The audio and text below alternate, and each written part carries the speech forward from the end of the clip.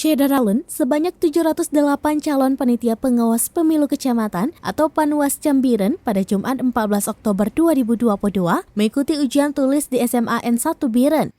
Hasil ujian atau kemampuan dalam menjawab soal diketahui langsung setelah ujian selesai dilaksanakan. Ketua Panwasli Biren, Wildan Zaki SE mengatakan ujian berlangsung di ruangan laboratorium SMA N1 Biren. Dalam pelaksanaan ujian berlangsung pada 3 ruangan sekolah tersebut. Masing-masing peserta masuk ruangan dan menempati meja serta komputer yang telah disediakan.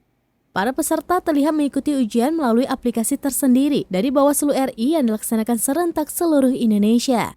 Wildan mengharapkan peserta jangan percaya isu pihak tertentu menjanjikan atau menawarkan bantuan untuk dapat meluluskan. Jangan terkecoh karena seleksi dilaksanakan secara objektif dengan sistem CAT dan peserta sudah dapat mengetahui dan mengukur kemampuannya masing-masing. Pelaksanaan ujian berlangsung selama 2 hari, yaitu hari Jumat dan Sabtu, dan hasil ujian nantinya akan diumumkan pada 17 Oktober 2022. Jumlah pendaftar yang lulus seleksi administrasi sebanyak 708 orang. Jumlah kota Panwascam untuk Biren masing-masing kecamatan 3 orang. Jumlah seluruhnya 51 orang. Dari Biren, Ismanin Idris, Serambi On TV.